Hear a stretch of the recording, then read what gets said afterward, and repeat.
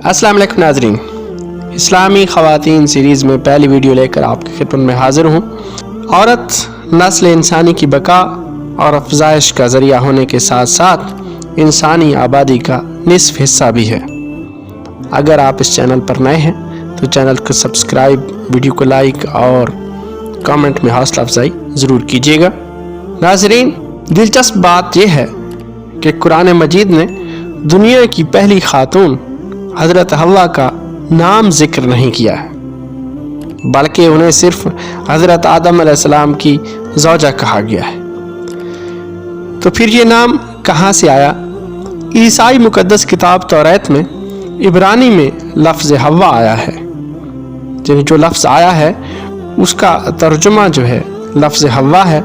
तौरात के यूनानी तर्जुमे में लफ्ज़ ईवा EVA और लातीनी में HEVA हेवा कहा गया, और लातीनी से अंग्रेज़ी में जब आया तो वो EVE ईव की सूरत में आया है। लफ्ज़ हवा हयुन या हयात से मुश्तक है। उसका माना क्या है? स्याही माइल सब्ज़ रंग, सुर्खी माइल स्याह रंग या सांवले होंठों वाली औरत को हवा कहते हैं। जबकि हज़रत हवा के लिए एक और नाम ईशाह भी जिक्र किया गया है। हज़रत आदम अलैहिस्सलाम को अबुल बशर जबकि हज़रत हवा उम्मुल बशर कहलाती हैं। कुरान मजीद की सूरह निसा की आयत नंबर 1 में हज़रत आदम अलैहिस्सलाम को खालक़कुम मिन नफ्सिन वाहिदतिन, नफ्स वाहिदा से खलक किया गया। और हज़रत आदम के बाद मुख्तलिफ जानवर तख्लीक किए गए, लेकिन हज़रत आदम को कोई मुनासिब दोस्त ना मिला, तो वह खालक़ मिन्हा ज़ौजहा, उसी नफ्स वाहिदा से या हज़रत आदम की बची हुई मट्टी से हज़रत आदम के साथी की हैसियत से हज़रत हवा को भी तख्लीक किया गया।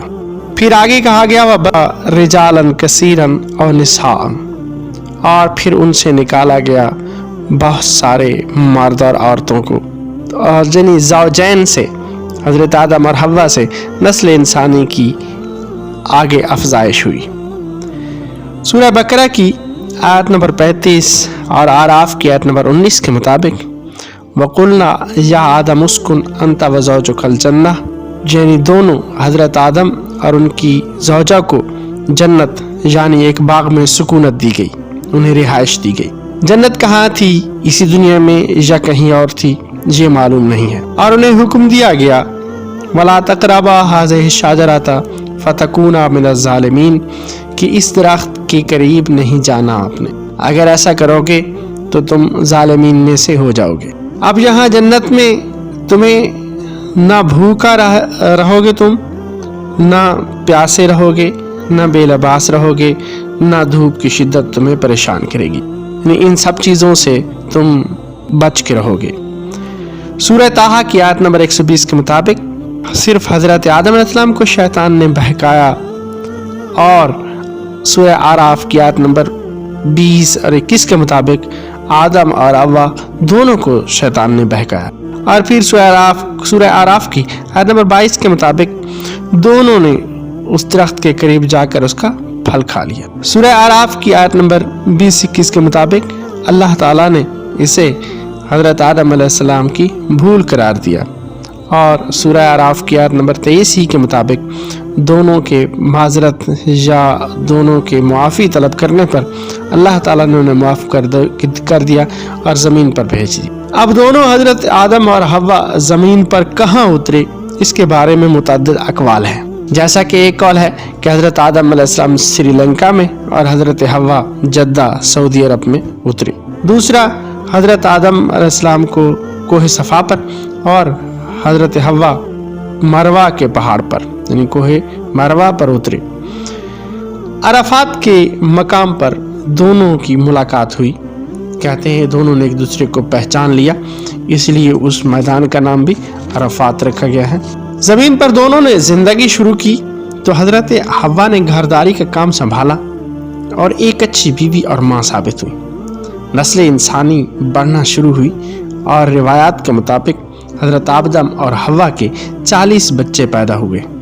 جس طرح روایت ہے کہ 2 بچے جو ہے وہ جڑواں پیدا ہوتے تھے۔ کچھ عرصہ بعد انہیں اپنے بیٹے قابیل کے ہاتھوں دوسرے بیٹے حابیل کی شہادت کا دکھ سہنا پڑا۔ حضرت آدم کے انتقال کے 1 سال بعد حضرت حوا کا بھی انتقال ہو گیا۔ اب حضرت حوا کی قبر کہاں ہے، اس بارے میں 2 روایات ہیں۔ ایک یہ ہے کہ جدہ شہر یعنی سعودی عرب میں ہی ہے، وہاں پہ ایک قبرستان میں حضرت حوا کی قبر ہے، اور دوسری روایت یہ ہے کہ کوہ ابو قبیس جو پہاڑ ہے اس کے غار میں حضرت آدم کے ساتھ ہی حضرت حوا دفن ہے۔ اگلی ویڈیو تک کے لیے اللہ حافظ۔